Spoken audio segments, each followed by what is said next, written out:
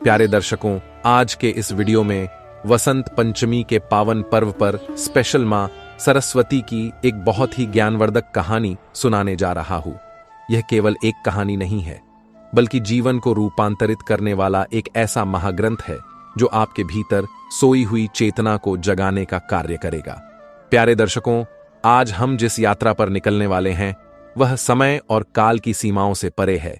यह कथा वर्ष 2026 या किसी भी कालखंड में उतनी ही प्रासंगिक है जितनी सदियों पूर्व थी, क्योंकि सत्य कभी पुराना नहीं होता। मित्रों, विद्या की अधिष्ठात्री देवी मां सरस्वती आपके कंठ में, आपकी बुद्धि में और आपकी आत्मा के हर एक अणु में वास करें। इस अलौकिक और दिव्य कथा के प्रभाव से आपके जीवन की समस्त बाधाएं, अज्ञानता का घना अंधकार और निराशा के बादल सदा सर्वदा के लिए छंट जाएं। क्या आपने कभी एकांत में बैठकर सोचा है कि इस अनंत ब्रह्मांड की सबसे बड़ी शक्ति आखिर क्या है? क्या वह स्वर्ण और हीरे जवाहरात हैं, या फिर राजाओं का बाहुबल और सत्ता? क्या आपने कभी महसूस किया है कि जब जुबान खामोश होती है तो वह गहरा सन्नाटा भी बहुत कुछ कहना चाहता है? क्या कोई भी मनुष्य बिना एक शब्द बोले भी पूरे संसार की चेतना को झकझोर सकता है? क्या एक मां का आंसू इतना शक्तिशाली हो सकता है कि वह स्वयं विधाता की लिखी हुई लकीरों को बदलने का सामर्थ्य रखता है? मित्रों, इस कथा के गर्भ में 5 ऐसे रहस्य छिपे हैं जो शायद ही दुनिया का कोई और शास्त्र आपको इतनी सरलता और गहराई से समझा पाए।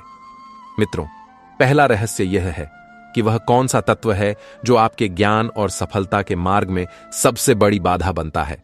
और दूसरा रहस्य यह है कि जब भाग्य के दरवाजे हर तरफ से बंद हो जाएं और आशा की कोई किरण न दिखे, तब वह कौन सी एक चाबी है जो सफलता का हर ताला खोल देती है। तीसरा रहस्य मौन की उस जादुई भाषा का है जिसे केवल सिद्ध योगी और स्वयं देवी सरस्वती सुनती हैं। चौथा रहस्य यह है कि क्या अपमान का विष भी कभी जीवन में वरदान का अमृत बन सकता है। और पांचवा, अंतिम रहस्य, वह कौन सा सूक्ष्म क्षण होता है जब इंसान का नश्वर शरीर मिट्टी से उठकर साक्षात दिव्यता को प्राप्त कर लेता है। इन रहस्यों के उत्तर केवल उन्हें मिलेंगे जो इस कथा के सागर में पूरी श्रद्धा और धैर्य के साथ सुनेंगे। तो चलिए अपनी अंतरात्मा को पवित्र करके इस अलौकिक यात्रा का आरंभ करते हैं। अपने मन को एकाग्र करें और सांसारिक कोलाहल से दूर होकर बैठ जाएं। मित्रों, समय की धूल को पीछे हटाकर अपनी कल्पना की आंखों से देखिए। सुदूर उत्तर में जहां गगनचुंबी पहाड़ बादलों से बातें करते हैं, उनकी ओट में एक छोटा सा गांव बसा हुआ था। वह गांव प्रकृति की गोद में था, लेकिन वहां के लोगों के मन में करुणा कम और कठोरता अधिक थी। उसी गांव के एक किनारे पर एक जीर्ण शीर्ण कुटिया थी जहां ललिता नाम की एक तपस्विनी स्त्री रहती थी। ललिता का जीवन ही मानो भक्ति का दूसरा नाम था। उसका हृदय हर पल मां सरस्वती की आराधना में लीन रहता था। वह सांसारिक सुखों से दूर थी, लेकिन आत्मिक सुख से परिपूर्ण थी। ललिता के घर जब एक बालक का जन्म हुआ तो उसे लगा कि साक्षात ईश्वर ने उसकी झोली में खुशियां भर दी हैं। उसने बड़े ही लाड़ प्यार से अपने लाल का नाम रखा सुमित। सुमित दिखने में इतना सुंदर और तेजस्वी था कि जो भी उसे देखता बस देखता ही रह जाता। उसकी आंखों में एक ऐसी चमक थी जैसे सूर्य की पहली किरण किसी शांत सरोवर पर पड़ रही हो। ललिता को लगा कि उसके जीवन का सूरज उगाया है और अब उसके सारे कष्ट दूर हो जाएंगे। लेकिन विधाता की योजनाएं हमारी समझ से बहुत परे होती हैं। जैसे जैसे समय बीतने लगा, खुशियों के आंगन में आशंकाओं के काले बादल मंडराने लगे। सुमित अब 2 साल का हो चुका था। सामान्यतः इस उम्र के बच्चे तुतलाने लगते हैं, मां और पिता पुकारने लगते हैं। फिर भी उसके होठों से एक भी शब्द नहीं निकला था। वह केवल अपनी बड़ी बड़ी आंखों से अपनी मां को देखता और मंद मंद मुस्कुराता रहता। ललिता को लगा कि शायद उसके बच्चे को बोलने में थोड़ा अधिक समय लग रहा है। वह खुद को सांत्वना देती कि कुछ फूल देर से खिलते हैं, पर जब खिलते हैं तो सबसे अधिक खुशबू बिखेरते हैं।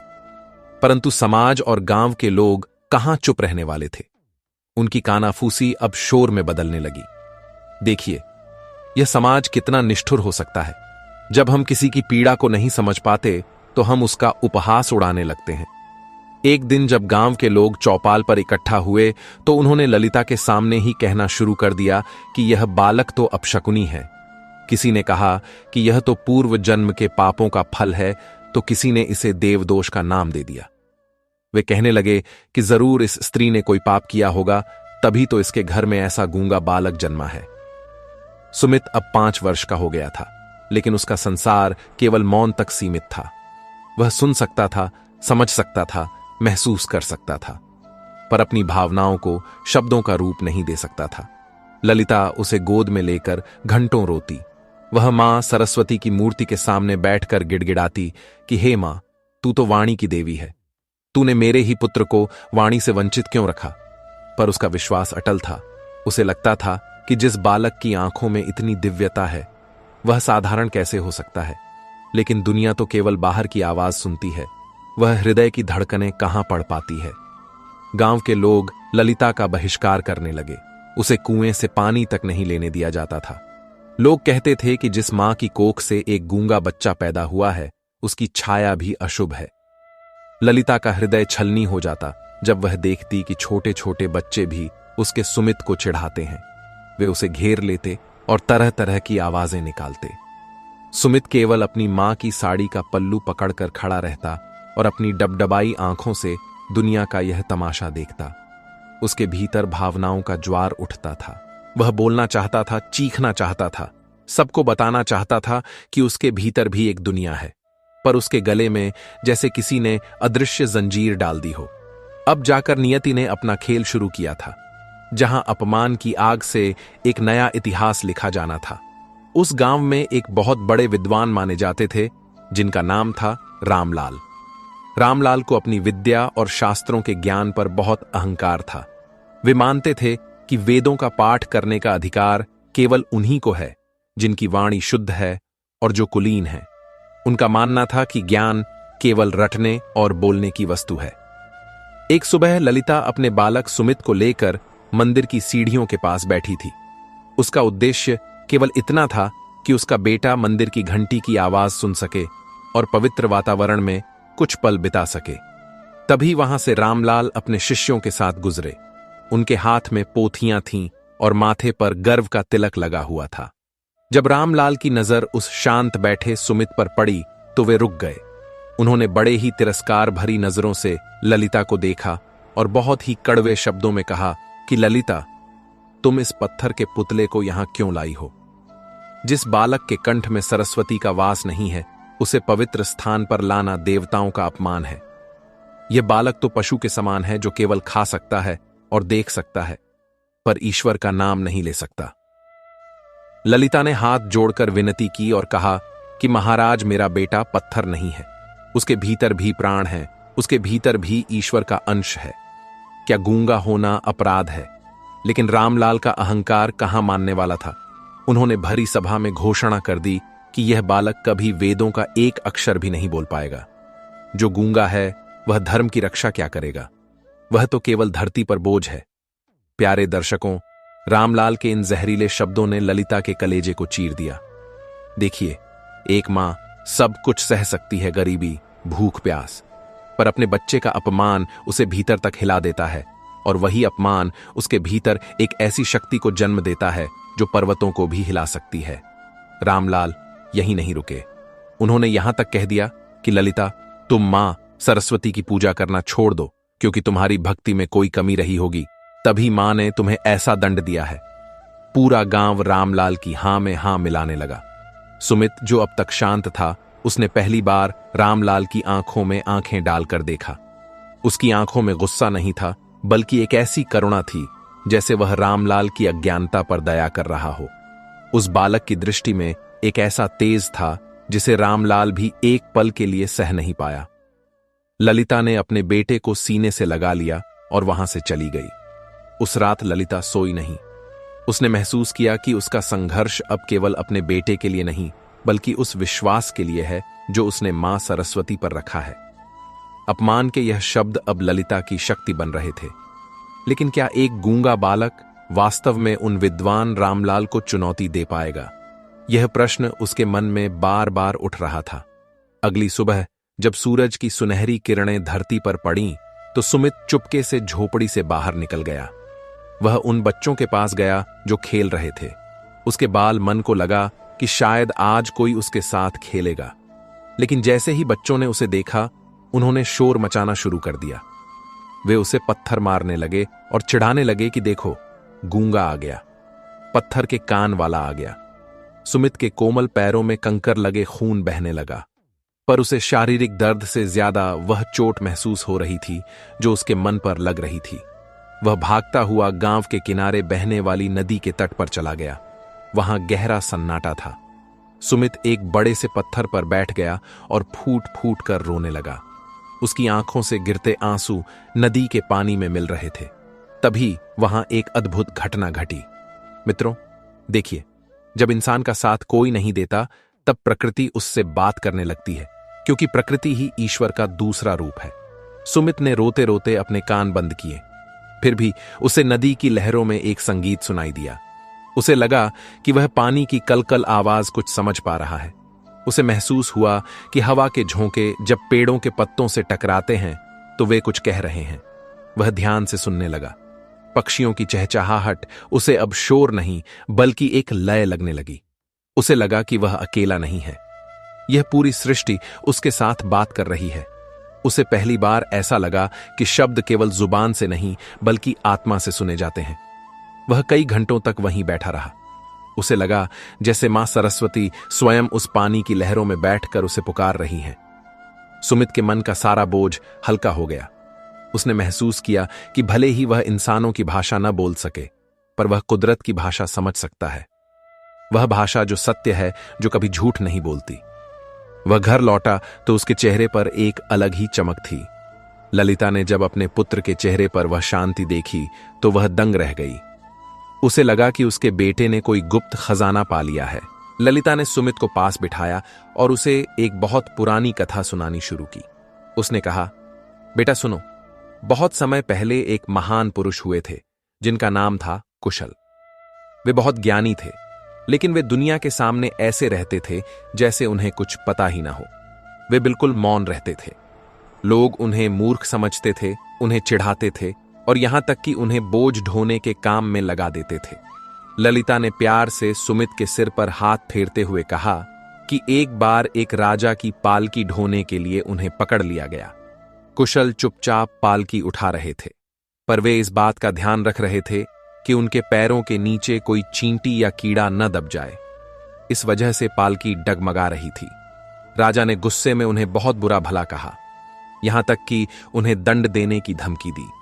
लेकिन जब कुशल ने अपना मौन तोड़ा और केवल कुछ शब्द कहे तो राजा के पैरों तले जमीन खिसक गई। राजा को समझ आ गया कि जिसे वह मूर्ख समझ रहा था वह तो साक्षात ज्ञान का भंडार है। ललिता ने सुमित की आंखों में देखते हुए कहा कि बेटा, मौन कमजोरी नहीं होती। मौन तो एक बहुत बड़ी शक्ति है। जो लोग बाहर बहुत शोर मचाते हैं उनके भीतर अक्सर खालीपन होता है, लेकिन जो भीतर से भरा होता है उसे बोलने की जरूरत नहीं पड़ती। मां सरस्वती उन लोगों को अपनाती हैं जो बाहरी शोर को छोड़कर अपने भीतर के सन्नाटे को सुनते हैं। सुमित मां की बात बहुत ध्यान से सुन रहा था। उसे लगा जैसे मां उसके मन की बात कह रही है। ललिता की इस कथा ने सुमित के भीतर एक नया संकल्प जगा दिया था। उसे अब अपनी कमी पर दुख नहीं बल्कि अपने मौन पर गर्व होने लगा था। लेकिन संघर्ष तो अभी शुरू हुआ था। घर की गरीबी और समाज का दबाव अब ललिता के धैर्य की परीक्षा लेने वाला था। सुमित के पिता, जिनका नाम सोमेश था, अब तक चुपचाप सब सह रहे थे। वे एक साधारण किसान थे, लेकिन उनका स्वाभिमान बहुत ऊंचा था। जब उन्होंने देखा कि गांव का हर व्यक्ति उनके परिवार को नीची नजर से देख रहा है और सुमित की शिक्षा का कोई मार्ग नहीं है, तो उन्होंने एक बहुत ही कठिन निर्णय लिया। एक शाम वे घर आए और ललिता से बोले कि मैं अब और अपमान नहीं सह सकता। हमारे पुत्र के भीतर एक ऐसी ज्योति है जिसे यह अंधे लोग नहीं देख पा रहे। मैं इसे शिक्षा दिलाने के लिए दूर देश के प्रसिद्ध आश्रम ले जाना चाहता हूं। वहां महर्षि माधव रहते हैं जो केवल आंखों को देखकर मन का हाल जान लेते हैं। ललिता यह सुनकर सहम गई। उस समय यात्राएं बहुत कठिन होती थीं और जंगल हिंसक पशुओं से भरे होते थे, लेकिन सोमेश का इरादा पक्का था। अगले दिन सुबह होते ही विदाई का वह करुण दृश्य सामने आया। सोमेश ने अपनी पत्नी और पुत्र के लिए जो कुछ भी जमा किया था वह सब उन्हें दे दिया। उन्होंने सुमित को गले लगाया और कहा कि बेटा, तू भले ही बोल नहीं सकता, पर तू अपने कर्मों से ऐसा शोर मचाना कि पूरी दुनिया तुझे सुने। ललिता की आंखों में आंसू थे, पर उसने अपने पति को रोका नहीं। वह जानती थी कि यह त्याग सुमित के भविष्य के लिए अनिवार्य है।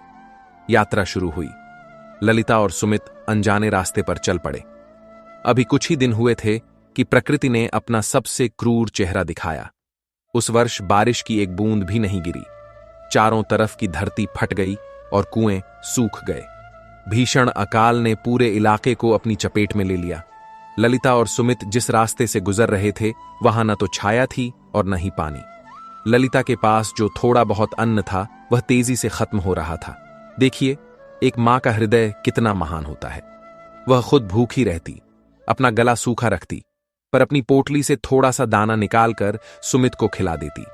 वह कहती कि बेटा, तू खा ले, मेरा पेट तो मां सरस्वती की कृपा से भरा हुआ है। सुमित अपनी मां की धंसी हुई आंखों को देखता और समझ जाता कि मां झूठ बोल रही है। वह रोटी का टुकड़ा अपनी मां के मुंह की ओर ले जाता, पर ललिता मुस्कुराकर मना कर देती। एक दोपहर जब धूप अपने चरम पर थी, ललिता कमजोरी की वजह से लड़खड़ाकर गिर पड़ी। उसके पैर कांप रहे थे। सुमित घबरा गया। उसने इधर उधर देखा, पर वहां दूर दूर तक कोई नहीं था। उसने अपनी मां का सिर अपनी गोद में रखा और आकाश की ओर देखा। उसकी आंखों में एक ऐसी प्रार्थना थी जिसे शब्द नहीं दे सकते थे। उसे लगा कि क्या मां सरस्वती अपनी इस भक्त को ऐसे ही मरने देंगी। तभी अचानक एक चमत्कार हुआ। एक राहगीर वहां से गुजरा जिसके पास पानी की एक छोटी सी मशक थी। उसने ललिता के मुंह में पानी की कुछ बूंदें डाली। ललिता को होश आया। उसने सबसे पहले सुमित को देखा। उस अजनबी ने उन्हें थोड़ा सा गुड़ और सत्तू दिया। ललिता ने उस अजनबी के पैर पकड़ लिए। वह समझ गई कि यह मां की ही कृपा है जो समय पर सहायता मिल गई। अकाल के उस भीषण समय में भी ललिता का विश्वास टूटा नहीं। उसने महसूस किया कि जब इंसान अपनी आखिरी सीमा तक पहुंच जाता है तभी ईश्वरीय चमत्कार शुरू होते हैं। चलते चलते वे एक बड़े नगर में पहुंचे। वहां एक बहुत ही सुंदर और विशाल मंदिर था जहां मां सरस्वती की साक्षात प्रतिमा स्थापित थी। ललिता ने सोचा कि महर्षि के आश्रम जाने से पहले वह मां के दर्शन कर ले ताकि यात्रा के लिए और शक्ति मिल सके। वह फटे हुए कपड़ों में धूल से सनी हुई सुमित का हाथ पकड़कर मंदिर की सीढ़ियां चढ़ने लगी। जैसे ही वे गर्भगृह के पास पहुंचे, वहां के पुजारियों ने उन्हें रोक दिया। ललिता की हालत देखकर उन्हें लगा कि यह कोई मामूली भिखारी है। एक पुजारी ने ऊंची आवाज में कहा कि तुम जैसे अशुद्ध लोग यहां नहीं आ सकते, बाहर निकलो। ललिता ने हाथ जोड़कर कहा कि महाराज, मैं केवल मां का आशीर्वाद चाहती हूं। मेरा पुत्र बोल नहीं सकता, कृपया इसे एक बार मां के दर्शन करने दें। पुजारी ने सुमित की ओर देखा और उपहास उड़ाते हुए कहा कि जो बोल नहीं सकता वह मां की स्तुति क्या करेगा। मां सरस्वती केवल उन्हीं को दर्शन देती हैं जो मंत्रों का उच्चारण कर सकते हैं। यह गूंगा बालक यहां आकर मंदिर की पवित्रता खराब करेगा। पुजारी ने सुमित को धक्का दे दिया और वह सीढ़ियों से नीचे गिर गया। सुमित के घुटने से खून निकलने लगा। ललिता की आंखों में अब आंसू नहीं बल्कि आग थी। उसने अपने बेटे को उठाया और उन पुजारियों की ओर देखकर कहा कि याद रखना, मां लकड़ी की इस मूर्ति में नहीं बल्कि इस बच्चे के सरल हृदय में बसती हैं। आज तुमने एक भक्त को निकाला है, कल मां स्वयं यहां से निकल जाएंगी। ललिता मंदिर की चौखट से बाहर आ गई, पर उसने संकल्प लिया कि अब वह तब तक चैन से नहीं बैठेगी जब तक उसका बेटा विद्वानों के बीच सिर उठाकर न खड़ा हो जाए। यह अपमान अब एक अखंड प्रतिज्ञा में बदल चुका था। महर्षि माधव का आश्रम एक बहुत ही घने जंगल के पार था। लोग कहते थे कि उस जंगल में सूरज की किरणें भी जमीन तक नहीं पहुंच पाती थीं, लेकिन ललिता के पैर अब रुकने वाले नहीं थे। उसने और सुमित ने उस घने वन में प्रवेश किया। चारों तरफ ऊंचे ऊंचे पेड़ थे और जंगली जानवरों की डरावनी आवाजें आ रही थीं। रास्ता बहुत संकरा था और हर कदम पर कांटे थे। ललिता ने अपने पैरों की परवाह नहीं की। उसने सुमित का हाथ मजबूती से थाम रखा था। चलते चलते शाम हो गई। जंगल में सन्नाटा छाने लगा जो बहुत डरावना था। ललिता ने एक जगह रुककर आग जलाई ताकि जंगली जानवर दूर रहे। उसने मां सरस्वती के मंत्रों का मन ही मन जाप करना शुरू किया। उस सन्नाटे में केवल ललिता के मंत्रों की गूंज थी और दूर कहीं भेड़ियों के रोने की आवाज। ललिता ने सुमित को अपनी गोद में सुला दिया, पर वह खुद जागती रही। रात का तीसरा पहर था। अचानक एक जोर की गर्जना हुई। एक विशाल बाघ उनकी आग के पास आकर खड़ा हो गया। उसकी आंखें अंधेरे में दहकते अंगारों की तरह चमक रही थीं। ललिता के प्राण सूख गए। वह हिल भी नहीं पा रही थी। बाघ धीरे धीरे उनकी ओर बढ़ रहा था।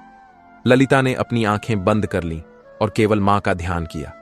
तभी कमजोरी और डर के कारण ललिता का सिर चकराया और वह वहीं बेहोश होकर गिर पड़ी। अब सुमित अकेला था। उसके सामने वह भयानक मौत खड़ी थी और उसकी मां बेसुध पड़ी थी। सुमित ने अपनी मां को हिलाने की कोशिश की, पर वह नहीं जागी। बाघ अब हमला करने ही वाला था। सुमित के भीतर से एक ऐसी तड़प उठी जो उसने पहले कभी महसूस नहीं की थी। वह अपनी मां को बचाना चाहता था। उसने अपना मुंह खोला और पूरी ताकत से चिल्लाने की कोशिश की। उसके गले की नसें फूल गईं। चेहरा लाल हो गया, पर गले से आवाज नहीं निकली। वह हाथ पैर मार रहा था। उसकी आंखों से आंसू बह रहे थे, पर जुबान खामोश थी। वह बेबस होकर बाघ और अपनी मां के बीच खड़ा हो गया। उसने अपनी आंखें बंद कीं और अपने भीतर की पूरी शक्ति को कंठ पर ले आया। तभी एक चमत्कारिक दिव्य प्रकाश कहीं से गिरा। जब सुमित ने अपनी आंखें खोलीं तो उसने देखा कि वह भयानक बाघ जा चुका था। उसके सामने एक वृद्ध तेजस्वी महात्मा खड़े थे, जिनके शरीर से दिव्य आभा निकल रही थी। वे महर्षि माधव थे। उन्होंने अपनी करुणा भरी दृष्टि से सुमित को देखा और ललिता के माथे पर अपना हाथ रखा। ललिता को जैसे ही होश आया, वह महर्षि के चरणों में गिर पड़ी। महर्षि ने शांत स्वर में कहा कि पुत्री, डरो मत। मां सरस्वती के भक्तों का मार्ग कठिन जरूर होता है, पर वे कभी लावारिस नहीं छोड़े जाते। ललिता ने रोते हुए सुमित की ओर इशारा किया और कहा कि ऋषिवर, इसे अपनी शरण में ले लीजिए। ये बोल नहीं सकता, पर इसका मन बहुत निर्मल है। महर्षि ने सुमित की आंखों में गहराई से झांका। उन्हें वहां वह बीज दिखाई दिया जो आने वाले समय में एक विशाल वट वृक्ष बनने वाला था। लेकिन महर्षि ने तुरंत उसे स्वीकार नहीं किया। उन्होंने कहा कि विद्या केवल चाहने से नहीं मिलती, उसके लिए पात्रता सिद्ध करनी पड़ती है। मैं इस बालक को आश्रम में रखूंगा, लेकिन इसकी शिक्षा तभी शुरू होगी जब यह मेरी एक कठिन परीक्षा में सफल होगा। ललिता ने हाथ जोड़कर कहा कि महाराज, आप जो कहेंगे यह वही करेगा। महर्षि ने सुमित की ओर देखा और बोले कि बेटा, क्या तुम तैयार हो? सुमित ने बहुत ही आत्मविश्वास के साथ अपना सिर झुकाकर सहमति दी। महर्षि माधव ने सुमित को आश्रम के पीछे बने एक सुंदर सरोवर के पास ले जाकर खड़ा किया। उस सरोवर का पानी नीलम जैसा साफ था और उसमें सफेद कमल खिले हुए थे। महर्षि ने कहा कि सुमित, तुम्हारी पहली परीक्षा तुम्हारा यह मौन ही है। दुनिया समझती है कि तुम बोल नहीं सकते, लेकिन मैं चाहता हूं कि तुम यह सिद्ध करो कि तुम्हें बोलने की जरूरत ही नहीं है। महर्षि ने आदेश दिया कि आने वाले 1000 दिनों तक तुम इसी सरस्वती सरोवर के किनारे बैठोगे। तुम्हें न तो किसी से कोई संकेत करना है, न ही अपनी आंखों से किसी को कुछ कहना है। तुम्हें बस यहां बैठकर उस पानी की आवाज को सुनना है। जब तक तुम्हें उस पानी में मां सरस्वती की वीणा की झंकार न सुनाई दे, तब तक तुम यहां से नहीं उठोगे। यह परीक्षा बहुत कठिन थी। मित्रों, 1000 दिन तक बिना हिले डुले, बिना किसी संवाद के केवल एक जगह बैठे रहना किसी घोर तपस्या से कम नहीं था। ललिता को दूर एक कुटिया में रहने के लिए जगह दी गई, पर उसे भी आदेश था कि वह अपने पुत्र से बात नहीं करेगी। सुमित सरोवर के किनारे एक शिला पर बैठ गया। शुरुआत के कुछ दिन बहुत मुश्किल थे। उसका मन भटकता, उसे भूख लगती, उसे अपनी मां की याद आती। लेकिन जैसे ही वह अपनी आंखें बंद करता, उसे रामलाल के वे अपमानजनक शब्द याद आ जाते। वह फिर से दृढ़ होकर बैठ जाता। धीरे धीरे उसे महसूस होने लगा कि सन्नाटा भी कितना गहरा होता है। उसे पानी की लहरों में एक विशेष प्रकार का छंद सुनाई देने लगा। एक दिन महर्षि माधव सुमित के पास आए और उसे एक प्राचीन कथा सुनाई ताकि उसका मनोबल बना रहे। उन्होंने बताया कि बहुत समय पहले एक गंधर्व था जिसे अपनी आवाज और संगीत पर बहुत घमंड था। वह समझता था कि उसके जैसा कोई दूसरा गायक इस ब्रह्मांड में नहीं है। उसके अहंकार के कारण उसकी आवाज धीरे धीरे फटने लगी।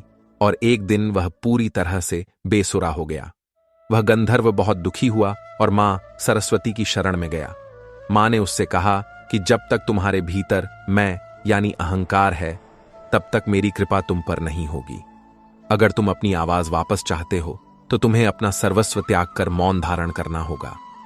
उस गंधर्व ने कई वर्षों तक मौन रहकर अपनी अंतरात्मा को साफ किया। जब उसका अहंकार पूरी तरह नष्ट हो गया, तब मां सरस्वती ने उसे दर्शन दिए और उसे ऐसी दिव्य वाणी दी कि जब वह गाता तो पत्थर भी पिघल जाते और देवता भी स्वर्ग से उतर आते। महर्षि ने सुमित के सिर पर हाथ रखकर कहा कि बेटा, तुम्हारी यह खामोशी उस गंधर्व की तपस्या जैसी ही है। तुम शब्द नहीं खो रहे हो, बल्कि तुम अपनी वाणी को और भी पवित्र बना रहे हो। सुमित को इस कथा से बहुत प्रेरणा मिली। उसे समझ आया कि मौन कोई सजा नहीं, बल्कि एक उपहार है। उसने अपना ध्यान और भी गहरा कर लिया। अब उसे सरोवर के किनारे बैठे हुए कई महीने बीत चुके थे। उसका शरीर दुर्बल हो गया था, पर उसकी आंखों की चमक किसी तेजस्वी सितारे जैसी हो गई थी। सुमित अब प्रकृति के साथ पूरी तरह से एक हो चुका था। उसे अब भूख और प्यास का एहसास कम होने लगा था। वह देखता कि कैसे चींटियां अनुशासन से चलती हैं, कैसे फूल बिना किसी शोर के खिलते हैं और अपनी खुशबू फैलाते हैं। उसे समझ आया कि ईश्वर की सबसे सुंदर रचनाएं मौन में ही घटित होती हैं। एक सुबह जब वह ध्यान में बैठा था तो उसने पक्षियों की चहचहाहट सुनी। पहले उसे वह केवल शोर लगता था, पर अब उसे उसमें ओम की ध्वनि सुनाई देने लगी। उसे लगा कि हवा जब बांस के झुरमुटों से गुजरती है तो वह एक बांसुरी की तरह बज रही है। उसे महसूस हुआ कि पूरी प्रकृति ही एक बहुत बड़ा शास्त्र है। उसे अब शब्दों की कमी महसूस नहीं होती थी। उसे लगता था कि वह हर चीज से बात कर सकता है। जब वह किसी पेड़ को छूता तो उसे पेड़ का सुख दुख महसूस होता। जब वह पानी में अपनी परछाई देखता तो उसे उसमें मां सरस्वती का प्रतिबिंब दिखाई देता। महर्षि दूर से देखते और मुस्कुराते। वे जानते थे कि सुमित अब साधारण बालक नहीं रहा। सुमित के भीतर एक अद्भुत शांति उतर आई थी। लेकिन देखिए, जहां प्रकाश होता है वहां छाया भी आती है। आश्रम के कुछ अन्य विद्यार्थी सुमित से ईर्ष्या करने लगे थे। उन्हें लगता था कि महर्षि इस गूंगे बालक पर इतनी कृपा क्यों कर रहे हैं। और उधर गांव में रामलाल को जब पता चला कि सुमित महर्षि के आश्रम में है तो उसके मन में एक नया षड्यंत्र जन्म लेने लगा। अहंकार कभी चैन से नहीं बैठने देता। रामलाल को जब समाचार मिला कि महर्षि माधव एक गूंगे बालक को सिद्ध पुरुष बनाने की कोशिश कर रहे हैं, तो उसे अपनी विद्वत्ता पर खतरा महसूस होने लगा। वह अपने शिष्यों के साथ महर्षि के आश्रम पहुंचा। उसका उद्देश्य था महर्षि को नीचा दिखाना और सुमित की साधना को भंग करना। रामलाल ने आश्रम में प्रवेश करते ही जोर जोर से शास्त्रार्थ की मांग की। उसने महर्षि से कहा कि आप एक ऐसे बालक को समय दे रहे हैं जो वेदों का एक श्लोक भी नहीं पढ़ सकता। यह तो विद्या का अपमान है। महर्षि ने शांत भाव से कहा कि विद्वान वही है जो हर जीव में परमात्मा को देखे। सुमित अभी साधना में है, उससे दूर रहो। लेकिन रामलाल कहां मानने वाला था। वह सरोवर के किनारे पहुंचा जहां सुमित ध्यान में बैठा था। उसने सुमित के सामने खड़े होकर उसका उपहास उड़ाना शुरू किया। उसने कहा, ए गूंगे, क्या तुझे लगता है कि यहां बैठने से तू विद्वान बन जाएगा? तू तो मां सरस्वती का अभिशाप है। उसने सुमित पर धूल फेंकी और उसे धक्का देने की कोशिश की। लेकिन देखिए चमत्कार, सुमित विचलित नहीं हुआ। वह अपनी जगह पर अडिग रहा जैसे कोई पहाड़ हो। उसकी आंखों में रामलाल के लिए कोई क्रोध नहीं था। उसने बस एक बार अपनी आंखें खोलीं और रामलाल की ओर देखा। उस एक दृष्टि में इतना तेज था कि रामलाल कांप गया और पीछे हट गया। उसे समझ नहीं आया कि एक बालक में इतना प्रभाव कहां से आया। एक रात बहुत तेज तूफान आया। बिजली कड़क रही थी और हवाएं पेड़ों को उखाड़ रही थीं। ललिता व्याकुल होकर अपनी कुटिया से बाहर निकल आई। उसने देखा कि सरोवर के किनारे सुमित उसी शिला पर बैठा है, पूरी तरह भीगा हुआ और कांपता हुआ। ललिता की चीख निकल गई, पर उसने अपने मुंह पर हाथ रख लिया। उसने वहीं मिट्टी पर बैठकर मां सरस्वती से विनती की कि मां, आज मेरी ममता की लाज रख लो। अगर मैंने कभी सच्चे मन से आपकी सेवा की है तो मेरे बच्चे को इस विपदा से बचा लो। ललिता ने उस पूरी रात एक पैर पर खड़े होकर तपस्या की। उसने अपने सुख का पूरी तरह त्याग कर दिया था। मां और पुत्र की यह सामूहिक तपस्या अब ब्रह्मांड को हिलाने लगी थी। त्याग की यह पराकाष्ठा ही ईश्वर को धरती पर उतरने को मजबूर करती है। दिन बीतते गए और ऋतुएं बदलती रहीं। कभी झुलसा देने वाली गर्मी पड़ती तो कभी हाड़ कपा देने वाली ठंड, लेकिन सुमित के लिए अब शरीर का कोई मोल नहीं रह गया था। उसके बाल बढ़ गए थे, उसका शरीर धूल से ढका था, पर उसके चेहरे का ओज बढ़ता ही जा रहा था। आश्रम के अन्य विद्यार्थी जो पहले उसका मजाक उड़ाते थे, अब उसे श्रद्धा से देखने लगे थे। उन्हें लगने लगा था कि यह कोई साधारण मनुष्य नहीं, बल्कि कोई दिव्य आत्मा है। 1000 दिन पूरे होने वाले थे। महर्षि माधव सुमित के पास आए। उन्होंने उसकी आंखों में देखा और एक ऐसा प्रश्न पूछा जिसका उत्तर देना किसी भी विद्वान के लिए नामुमकिन था। महर्षि ने पूछा, सुमित, मुझे बताओ कि वह कौन सा शब्द है जो बिना बोले कहा जाता है, जिसे बिना कानों के सुना जाता है और जो मरकर भी अमर रहता है। सुमित शांत रहा। उसने कोई इशारा नहीं किया, कोई आवाज नहीं निकाली। वह बस चुपचाप बैठा रहा। आश्रम के अन्य शिष्य भी वहां जमा हो गए थे। सबको लगा कि सुमित इस प्रश्न का उत्तर नहीं दे पाएगा। महर्षि ने फिर वही प्रश्न दोहराया। तभी सुमित ने अपनी आंखें बंद कीं और अपनी हथेली को अपने हृदय पर रखा। उसने फिर सरोवर के पानी की ओर इशारा किया और अंत में आकाश की ओर उंगली उठाई। महर्षि मुस्कुरा दिए। उन्होंने समझ लिया कि सुमित ने उत्तर दे दिया है। वह शब्द है मौन, जो हृदय से निकलता है, जिसे आत्मा सुनती है और जो शाश्वत है। महर्षि ने घोषणा की कि सुमित ने अपनी परीक्षा पूरी कर ली है। उसने शब्दों के मायाजाल को पार कर लिया है और सत्य को जान लिया है। वह एक अद्भुत सुबह थी। पूरे आश्रम में एक अलौकिक सुगंध फैली हुई थी। पक्षी आज और भी मधुर स्वर में गा रहे थे। सरोवर का पानी अचानक शांत हो गया और उसके बीचों बीच एक विशाल सफेद कमल खिल उठा जो पहले कभी नहीं दिखा था।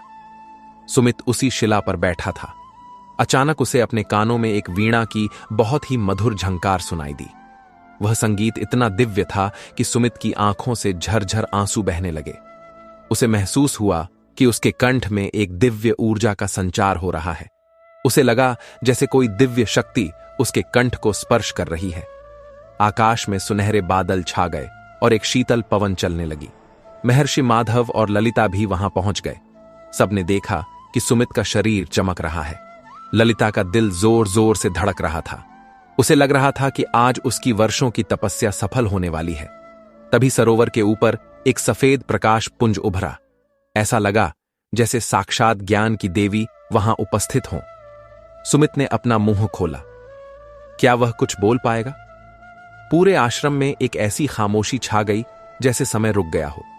सरोवर के तट पर पसरा वह सन्नाटा इतना गहरा था कि वहां मौजूद हर व्यक्ति अपनी हृदय की धड़कन सुन पा रहा था। ललिता की आंखें अपने पुत्र के मुख पर टिकी थीं। तभी सुमित ने एक गहरी सांस ली और उसके कंठ में एक ऐसी कंपन हुई जैसे बरसों से रुकी हुई कोई नदी अचानक अपनी मर्यादा तोड़कर बहने को व्याकुल हो। सुमित के होंठ हिले और उसके मुख से पहला शब्द निकला, मां। यह केवल एक शब्द नहीं था, बल्कि पूरे ब्रह्मांड की गूंज थी। वह स्वर इतना कोमल और इतना शक्तिशाली था कि आश्रम के वृक्षों से फूल झरने लगे। ललिता की चीख निकल गई और वह दौड़कर अपने पुत्र के चरणों में गिर पड़ी। सुमित की आवाज में एक अद्भुत चुंबकीय शक्ति थी। उसने फिर कहा, मां सरस्वती। महर्षि माधव की आंखों से आनंद के आंसू बहने लगे। उन्होंने आकाश की ओर देखकर कहा कि आज ज्ञान की जीत हुई है। सुमित का गला अब खुल चुका था और जो वाणी निकली थी वह किसी साधारण मनुष्य की नहीं, बल्कि साक्षात सिद्ध पुरुष की थी। वाणी मिलने के बाद जो हुआ उसने महर्षि माधव को भी चकित कर दिया। सुमित ने बोलना शुरू किया तो उसके मुख से वेदों की वे ऋचाएं निकलने लगीं जिन्हें सीखने में विद्वानों को दशकों लग जाते हैं। वह व्याकरण शास्त्र और नक्षत्र विद्या की ऐसी जटिल बातें कहने लगा जैसे वह स्वयं उनका रचयिता हो। जो बालक कभी पाठशाला नहीं गया, जिसने कभी कागज और कलम को हाथ नहीं लगाया, वह अब ब्रह्मांड के रहस्यों की व्याख्या कर रहा था। उसकी वाणी में सरस्वती का वास था। वह जिस विषय पर बोलता ऐसा लगता कि साक्षात ज्ञान की गंगा बह रही हो। महर्षि ने महसूस किया कि सुमित को अब किसी गुरु की आवश्यकता नहीं है। वह स्वयं एक जगत गुरु बन चुका है। आश्रम में दूर दूर से लोग उसकी वाणी सुनने आने लगे। लोग कहते कि इस बालक के शब्दों में एक ऐसी शांति है जो मन के सारे विकारों को धो देती है। ललिता अपनी कुटिया के बाहर बैठी अपने पुत्र को प्रवचन देते हुए देखती और उसकी आंखों से कृतज्ञता के आंसू बहते रहते। सुमित ने एक ही दिन में उन सभी शास्त्रों का सार कह दिया जिन्हें समझने में लोगों की उम्र बीत जाती है। मित्रों, अब वह समय आ गया था जब रामलाल का अहंकार टूटने वाला था। रामलाल ने महर्षि माधव को एक पत्र भेजा और सुमित को शास्त्रार्थ की चुनौती दी। नियम यह था कि जो हारेगा वह विजेता का शिष्य बनेगा और अपनी सारी संपत्ति दान कर देगा। पूरे देश में इस शास्त्रार्थ की चर्चा होने लगी। हजारों की संख्या में लोग ऋषि मुनि और जिज्ञासु आश्रम के पास बने मैदान में इकट्ठा होने लगे। शास्त्रार्थ का दिन आया। एक तरफ सफेद वस्त्रों में शांत बैठा सुमित था और दूसरी तरफ रेशमी वस्त्रों और सोने के अलंकारों से लदा हुआ अहंकारी रामलाल। दोनों के बीच में महर्षि माधव निर्णायक के रूप में बैठे थे। रामलाल ने एक के बाद एक कठिन प्रश्न दागने शुरू किए। वह वेदों की गूढ़ ऋचाओं का हवाला देता और तर्क पर तर्क देता, लेकिन सुमित शांत बना रहा। जब उसकी बारी आई तो उसने शब्दों का प्रयोग करने के बजाय केवल रामलाल की आंखों में देखा। सुमित की उस दृष्टि में एक ऐसा सत्य था जिसे रामलाल बर्दाश्त नहीं कर पा रहा था। सुमित ने अंत में केवल एक ही बात कही कि महाराज, आप जो बोल रहे हैं वह केवल किताबों का ज्ञान है। क्या आपने कभी उसे महसूस किया है? क्या आपने कभी उस परमात्मा को अपने भीतर देखा है जिसकी आप चर्चा कर रहे हैं? रामलाल के पास कोई उत्तर नहीं था। वह कांपने लगा। उसे लगा जैसे उसकी सारी विद्या उसे छोड़ रही है। सुमित के चेहरे पर जो शांति थी उसने रामलाल के तर्कों को धूल में मिला दिया। सभा में सन्नाटा छा गया। तभी एक अद्भुत बात हुई। रामलाल की जुबान लड़खड़ाने लगी और वह एक शब्द भी नहीं बोल पाया। उसे एहसास हुआ कि उसने जिसे गूंगा कहा था उसकी चुप्पी में ही सारा ज्ञान छिपा है। महर्षि माधव ने निर्णय सुनाया। सुमित की जीत हुई है। रामलाल का सिर झुक गया। वह जो अहंकार का पर्वत बनकर आया था अब एक पिघला हुआ मोम बन चुका था। सुमित उठा और रामलाल के पास गया। उसने रामलाल का हाथ पकड़ा और उसे अपने सीने से लगा लिया। सुमित ने कहा कि महाराज, ज्ञान हमें बांधने के लिए नहीं बल्कि मुक्त करने के लिए मिलता है। आपने मुझे जो चुनौती दी उसने मुझे खुद को पहचानने का अवसर दिया। मैं आपकी सारी संपत्ति आपको वापस करता हूं। सुमित ने आगे कहा कि बस एक ही शर्त है। आज से आप अपने ज्ञान का उपयोग दूसरों को नीचा दिखाने के लिए नहीं बल्कि अज्ञानियों को रास्ता दिखाने के लिए करेंगे। रामलाल फूट फूट कर रोने लगा। उसने सुमित के पैर पकड़ लिए और कहा कि मुझे अपना शिष्य बना लीजिए। जिस पद और प्रतिष्ठा के पीछे मैं भाग रहा था वह सब व्यर्थ है। सुमित का यह निस्वार्थ भाव देखकर देवताओं ने भी आकाश से पुष्प वर्षा की। सुमित और ललिता अपने गांव लौटे। गांव के लोग जब यह सुनने आए कि वह गूंगा बालक अब साक्षात सरस्वती का अवतार बनकर लौटा है तो वे शर्म से पानी पानी हो गए। सुमित ने गांव के उसी स्थान पर जहां उसे कभी मंदिर से निकाला गया था एक विद्यापीठ की स्थापना की। यह कोई साधारण पाठशाला नहीं थी। यह दुनिया का पहला ऐसा केंद्र था जहां मूक बधिरों और समाज के सबसे पिछड़े बच्चों को मुफ्त शिक्षा दी जाती थी। सुमित ने सिखाया कि शिक्षा का मतलब केवल अक्षर ज्ञान नहीं बल्कि आत्म साक्षात्कार है। मित्रों, सुमित द्वारा स्थापित वह विद्यापीठ ईंट और पत्थरों से बना कोई सामान्य भवन नहीं था, बल्कि वह चेतना का एक ऐसा जागृत केंद्र बन गया था जहां प्रवेश करते ही व्यक्ति के मन से सारे विकार स्वतः ही नष्ट होने लगते थे। वहां की हवाओं में एक अलग ही सुगंध थी जो फूलों की नहीं बल्कि शांति और पवित्रता की थी। सुमित ने उस विद्यापीठ का नियम बहुत ही अद्भुत बनाया था। वहां प्रवेश पाने के लिए किसी धन या उच्च कुल की आवश्यकता नहीं थी। वहां केवल एक ही योग्यता की मांग थी और वह थी सीखने की सच्ची प्यास और अहंकार का त्याग। दूर दूर से विद्यार्थी वहां आते। कोई राजपुत्र होता तो कोई लकड़हारे का बेटा, पर आश्रम की सीमा के भीतर वे सब एक समान थे। सुमित ने उन्हें सिखाया कि जैसे वर्षा का जल ऊंचे पर्वतों पर नहीं ठहरता बल्कि नीचे की ओर बहकर खाइयों और नदियों को भर देता है, ठीक उसी प्रकार ज्ञान भी उसी हृदय में ठहरता है जो झुका हुआ हो और विनम्र हो। सुमित की दिनचर्या बहुत ही साधारण थी। वे ब्रह्म मुहूर्त में उठते और घंटों तक उसी सरोवर के किनारे ध्यान मग्न रहते जहां उन्होंने अपनी वाणी प्राप्त की थी। उनके शिष्यों का मानना था कि उस समय वे साक्षात मां सरस्वती से संवाद करते थे। समय का चक्र अपनी गति से चलता रहा और सुमित की कीर्ति दिग्दिगंत तक फैल गई। एक बार की बात है, उस राज्य के सम्राट जिनका नाम राजा विक्रमजीत था, उन्हें अपने जीवन में एक अजीब सी रिक्तता महसूस होने लगी। उनके पास अपार धन था, विशाल सेना थी और भोग विलास की हर वस्तु उपलब्ध थी, परंतु रात को उन्हें नींद नहीं आती थी। उनके मन में हमेशा एक बेचैनी बनी रहती थी। जब उन्होंने सुमित की महिमा सुनी तो उन्होंने सोचा कि क्यों न इस महात्मा से मिला जाए। राजा अपने रथ पर सवार होकर बेशकीमती उपहार और स्वर्ण मुद्राएं लेकर गांव की ओर चल पड़े। जब राजा का काफिला गांव में पहुंचा तो धूल का गुब्बार छा गया। गांव वाले भयभीत हो गए, पर सुमित अपनी कुटिया के बाहर शांत भाव से बैठे शिष्यों को उपनिषदों का सार समझा रहे थे। राजा ने आकर सुमित के चरणों में हीरे जवाहरात का थाल रख दिया और कहा कि हे महात्मा, मैं आपके ज्ञान से प्रभावित होकर यह तुच्छ भेंट लाया हूं। कृपया इसे स्वीकार करें और मुझे मन की शांति का उपाय बताएं।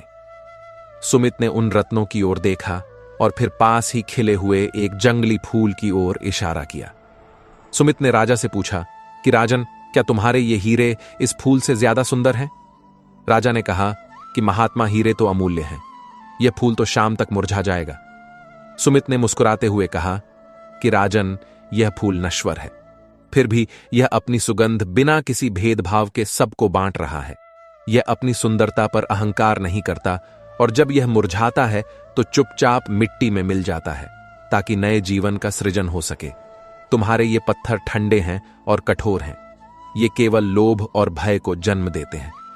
जिस दिन तुम इस फूल की तरह देना सीख जाओगे और अपने होने का अहंकार त्याग दोगे, उसी क्षण तुम्हें शांति मिल जाएगी। शांति खरीदी नहीं जा सकती, उसे अपने भीतर उगाना पड़ता है। राजा विक्रमजीत की आंखें खुल गईं। उन्हें समझ आ गया कि वे जीवन भर मृग तृष्णा के पीछे भागते रहे। उन्होंने उसी क्षण राजसी वस्त्रों का मोह त्याग दिया और सुमित के शिष्य बन गए। सुमित ने उन्हें सिखाया कि असली राजा वह है जो अपनी इंद्रियों पर राज करता है, न कि वह जो केवल प्रजा पर शासन करता है। इस घटना के बाद सुमित का प्रभाव और अधिक बढ़ गया। लोग मानने लगे कि उनकी वाणी में पारस पत्थर जैसा गुण है जो लोहे को भी सोना बना देता है। धीरे धीरे समय बीतता गया और ललिता अब वृद्धावस्था की ओर बढ़ रही थी। उसका शरीर कमजोर हो गया था, उसकी कमर झुक गई थी और आंखों की रोशनी भी अब धुंधली पड़ने लगी थी। लेकिन उसके चेहरे पर एक ऐसी तृप्ति थी जो दुनिया के किसी भी सुख से बड़ी थी। उसने अपने बेटे को जगत गुरु के रूप में प्रतिष्ठित होते हुए देखा था। एक पूर्णिमा की रात ललिता ने सुमित को अपने पास बुलाया। वह अपनी खाट पर लेटी थी और उसकी सांसें भारी चल रही थीं। सुमित ने अपनी मां का हाथ अपने हाथों में लिया। ललिता ने कांपते हुए स्वर में कहा कि बेटा, अब मेरी यात्रा पूरी होने वाली है। मुझे इस संसार से जाने का कोई दुख नहीं है, क्योंकि मैंने अपनी कोख से एक ऐसे सूर्य को जन्म दिया है जो युगों तक दुनिया को रोशन करेगा। बस मेरी एक अंतिम इच्छा है। सुमित ने पूछा, मां, आज्ञा दीजिए। ललिता ने कहा कि बेटा, अंतिम समय में मैं तुम्हारे मुख से मां सरस्वती की वह वंदना सुनना चाहती हूं जिसे सुनकर मेरा यह जीव मुक्त हो जाए। सुमित ने अपनी आंखें बंद कीं और वीणा की तरह अपने कंठ को साधा। उसने जैसे ही मां शारदे का आवाहन किया, पूरी कुटिया एक दिव्य प्रकाश से भर गई। सुमित गा रहा था और ललिता की आंखों से आनंद के आंसू बह रहे थे। उसे लगा जैसे साक्षात देवी विमान लेकर उसे लेने आई हो। गाते गाते सुमित ने देखा कि ललिता के हाथ ठंडे पड़ गए हैं और उसके चेहरे पर एक चिड़स्पाई मुस्कान स्थिर हो गई है। ललिता ने देह त्याग दी थी। वह उस परम धाम को चली गई थी जहां से कोई वापस नहीं आता। सुमित रोया नहीं, क्योंकि वह जानता था कि मृत्यु अंत नहीं बल्कि एक नया आरंभ है। उसने अपनी मां का अंतिम संस्कार पूरे विधि विधान से किया। ललिता की चिता की अग्नि ने सुमित को यह संदेश दिया कि यह शरीर भी एक दिन राख हो जाएगा, इसलिए जब तक श्वास है तब तक इसे परोपकार में लगा देना चाहिए। मां के जाने के बाद सुमित और अधिक अंतर्मुखी हो गए। अब वे बहुत कम बोलते थे। उनका ज्यादातर समय मौन में बीतता था। वे शिष्यों को कहते थे कि मैंने तुम्हें शब्द दे दिए हैं, अब तुम अर्थ की तलाश करो। शब्द केवल इशारा है, मंजिल तुम्हें खुद चलकर तय करनी होगी। मित्रों, वर्षों बीतते गए और अब सुमित के बाल भी श्वेत हो गए थे। उनका शरीर जीर्ण हो रहा था, लेकिन उनकी आंखों का तेज और भी प्रखर हो गया था। अब वे चलते नहीं थे, बल्कि एक स्थान पर बैठकर ही अपनी ऊर्जा से लोगों के कष्ट हर लेते थे। एक दिन सुमित ने अपने सभी शिष्यों और गांव वालों को बुलाया। उन्होंने कहा कि आज मैं तुम्हें अपना अंतिम पाठ पढ़ाना चाहता हूं। भीड़ में सन्नाटा छा गया। लोगों को आभास हो गया था कि शायद अब बिछड़ने का समय आ गया है। सुमित ने बहुत ही धीमी लेकिन स्पष्ट आवाज में कहा कि मेरे प्यारे आत्मन, तुम मुझे बाहर ढूंढ रहे हो, जबकि मैं तुम्हारे भीतर हूं। यह शरीर तो केवल एक वस्त्र है, जिसे आज नहीं तो कल उतारना ही था। मेरी असली शिक्षा यह है कि तुम अपनी आत्मा की आवाज सुनो। जब तुम अकेले हो और कोई तुम्हें देख नहीं रहा हो, उस समय तुम जो करते हो वही तुम्हारा असली चरित्र है। ईश्वर मंदिरों में नहीं, बल्कि तुम्हारे उस आचरण में है जो तुम दूसरों के साथ करते हो। यदि तुम किसी के आंसू पोंछ सको तो समझ लेना कि तुमने सरस्वती की पूजा कर ली।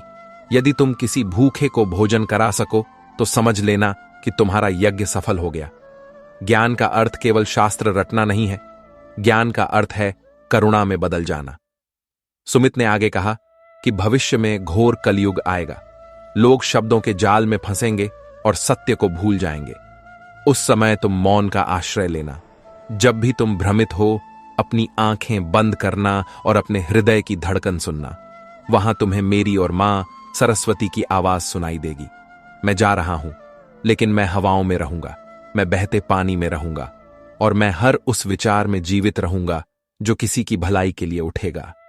इतना कहकर सुमित ने पद्मासन लगाया। उन्होंने अपनी रीढ़ की हड्डी सीधी की और दोनों हाथ ज्ञान मुद्रा में घुटनों पर रख ली। उन्होंने एक गहरा श्वास लिया और ओम का उच्चारण किया। वह ओम इतना गहरा था कि वह पाताल से लेकर आकाश तक गूंज गया। देखते ही देखते सुमित के शरीर से एक ज्योति पुंज निकला। वह ज्योति इतनी तीव्र थी कि लोगों को अपनी आंखें बंद करनी पड़ी। वह प्रकाश पुंज धीरे धीरे ऊपर उठा और अनंत आकाश में विलीन हो गया। पीछे रह गया केवल उनका पार्थिव शरीर, जो अब शांत था। सुमित ने महासमाधि ले ली थी। वह उस परम तत्व में लीन हो गए थे जहां से वे आए थे। पूरे आर्यावर्त में शोक की लहर दौड़ गई, लेकिन यह शोक सामान्य नहीं था। इसमें एक उत्सव भी था, एक पूर्णता का उत्सव। लोगों ने उनके शरीर का अंतिम संस्कार उसी सरस्वती सरोवर के किनारे किया। कहा जाता है कि जहां उनकी चिता जली, वहां की मिट्टी हमेशा के लिए सुगंधित हो गई। आज भी सदियों बाद उस स्थान पर एक विशाल वट वृक्ष खड़ा है। मान्यता है कि जो भी भक्त सच्ची श्रद्धा से उस वृक्ष के नीचे बैठकर मौन धारण करता है, उसे सुमित की वाणी सुनाई देती है। उस गांव का नाम अब सरस्वतीपुरम हो गया था। वहां के लोग आज भी झूठ नहीं बोलते, वहां कोई अनपढ़ नहीं रहता और वहां के द्वारों पर ताले नहीं लगते। यह सुमित की शिक्षा का ही प्रभाव था कि वह गांव धरती पर स्वर्ग का एक टुकड़ा बन गया था। सुमित की कथा हमें यह विश्वास दिलाती है कि हमारी कमियां हमारी नियति नहीं है। यदि एक गूंगा बालक जगत गुरु बन सकता है, तो हम अपनी छोटी छोटी समस्याओं से क्यों घबराते हैं? हमें आवश्यकता है तो बस उस अटूट विश्वास की जो ललिता के पास था, और उस कठोर तपस्या की जो सुमित ने की। मेरे प्यारे श्रोताओं और भक्तों, आज हम वर्ष 2026 में बैठे हैं। हमारे पास तकनीक है, सुविधाएं हैं, पर शांति नहीं है। हमारे पास संपर्क के हजारों साधन हैं, पर संवाद खत्म हो गया है। हम बोलते बहुत हैं, पर कहते कुछ नहीं। सुमित का जीवन हमें पुकार रहा है कि ठहरो, थोड़ा मौन रहो और अपने भीतर झांको। क्या पता तुम्हारे भीतर भी कोई सुमित सोया हुआ हो, जो जागने की प्रतीक्षा कर रहा हो। क्या पता तुम्हारे कंठ में भी सरस्वती विराजमान हो और तुम उन्हें पहचान न पा रहे हो। यह कथा केवल मनोरंजन नहीं है, यह एक दीक्षा है। आज से अभी से संकल्प लो कि तुम अपने जीवन को व्यर्थ नहीं जाने दोगे। अपने अपमान को अपनी शक्ति बनाओ, अपनी खामोशी को अपनी साधना बनाओ, और याद रखो, जब दुनिया तुम्हारे दरवाजे बंद कर दे तो समझ लेना कि ईश्वर तुम्हें कोई नया रास्ता दिखाना चाहता है। मां शारदे की वीणा की झंकार को सुनने का प्रयास करो। वह हर पल बज रही है, बस हमारे मन का शोर उसे सुनने नहीं देता। प्यारे दर्शक बंधुओं, इस दिव्य कथा के समापन पर मैं आपसे यही कहूंगा कि ज्ञान का यह दीपक जो आज आपके हृदय में जला है, उसे बुझने मत देना। इसे आंधी और तूफानों से बचाकर रखना। अपने बच्चों को यह कहानी सुनाना ताकि वे भी जान सकें कि असली शक्ति बाहुबल में नहीं बल्कि आत्मबल में होती है। जीवन में जब भी अंधकार घिरे, जब भी लगे कि अब कोई रास्ता नहीं बचा, तब सुमित के उस 1000 दिन के मौन को याद करना कि कैसे उसने सन्नाटे को अपना गुरु बनाया। विश्वास रखिए, आपकी प्रार्थनाएं सुनी जा रही हैं। आपके आंसू व्यर्थ नहीं जा रहे। विधाता की लेखनी आपके कर्मों के अनुसार नई लकीरें लिख रही हैं। मां सरस्वती का आशीर्वाद आपके साथ है। अब अपने दोनों हाथ जोड़कर और नेत्र बंद करके उस परम शक्ति का ध्यान करें और मन ही मन संकल्प लें कि हम सत्य के मार्ग पर चलेंगे, ज्ञान का प्रसार करेंगे और कभी किसी का अनादर नहीं करेंगे। इस भक्तिमय यात्रा में मेरे साथ अंत तक बने रहने के लिए आपका हृदय से आभार। यदि इस कथा ने आपके जीवन में लेश मात्र भी सकारात्मक परिवर्तन किया हो, तो इसे प्रभु का प्रसाद मानकर स्वीकार करें। कमेंट में पूरी श्रद्धा के साथ लिखें, जय मां सरस्वती, और इस ऊर्जा को अपने भीतर समाहित कर लें। आपका जीवन मंगलमय हो, आपके परिवार में सुख शांति बनी रहे और विद्या की देवी सदैव आपकी जिह्वा पर विराजें। यह कहानी हमें सिखाती है कि अज्ञान के घोर अंधेरे में भी श्रद्धा का एक छोटा सा दिया पूरे संसार को प्रकाशित कर सकता है। ज्ञान केवल पुस्तकों में नहीं बल्कि हमारे भीतर के मौन में छिपा है। अपमान और तिरस्कार केवल हमारी परीक्षा है जो हमें और अधिक मजबूत बनाती है। और सबसे बड़ी बात, मां सरस्वती की कृपा केवल उन्हें मिलती है जो अहंकार शून्य हो जाते हैं। कहानी की शुरुआत सुमित के मौन से होती है, जिसे समाज और अहंकारी विद्वान रामलाल ने अभिशाप और पत्थर कहा। लेकिन सुमित और उसकी मां ने उस अपमान को जहर मानकर पिया नहीं, बल्कि उसे ईंधन बना लिया। यह हमें सिखाता है कि जब दुनिया आपके अस्तित्व को नकारे, आपके दरवाजे बंद कर दे, तभी ईश्वर आपके लिए एक नया और भव्य द्वार खोलता है। रामलाल के कड़वे बोल ही सुमित को महर्षि माधव के आश्रम तक ले गए। मित्रों, साधना पूरी होने पर मां सरस्वती की कृपा से सुमित को न केवल वाणी मिली बल्कि ब्रह्म ज्ञान प्राप्त हुआ। उसने अहंकारी रामलाल को तर्कों से नहीं बल्कि अपने आचरण और करुणा से हराया। सुमित ने सिखाया कि सच्चा ज्ञान वह नहीं जो दूसरों को नीचा दिखाए, बल्कि वह है जो पत्थर दिल को भी पिघला दे। यदि आज की यह कथा आपके हृदय को छू गई हो और आपको जीवन में संघर्ष करने की नई प्रेरणा मिली हो, तो इस ज्ञान को अपने तक सीमित न रखें। इसे दूसरों तक पहुंचाना भी एक प्रकार की सेवा और भक्ति है। मित्रों, शास्त्रों में कहा गया है कि ज्ञान का दान दुनिया का सबसे बड़ा महादान है। यदि आज ललिता के त्याग और सुमित की तपस्या ने आपकी आंखों में भी नमी ला दी है, तो इस वीडियो को लाइक करके अपनी मौन स्वीकृति दें। यह केवल एक लाइक नहीं, बल्कि मां सरस्वती के चरणों में आपकी श्रद्धा का एक पुष्प होगा। जिस तरह सुमित ने अपनी वाणी से जग का कल्याण किया, आप भी इस वीडियो को शेयर करके किसी निराश व्यक्ति के जीवन में आशा की किरण बन सकते हैं। न जाने आपका एक शेयर किस भटकते हुए राही को सही दिशा दिखा दे। और यदि आप चाहते हैं कि ज्ञान, भक्ति और सत्य की यह पावन धारा आपके जीवन में निरंतर बहती रहे, तो अभी हमारे चैनल को सब्सक्राइब करें। धन्यवाद। जय मां सरस्वती।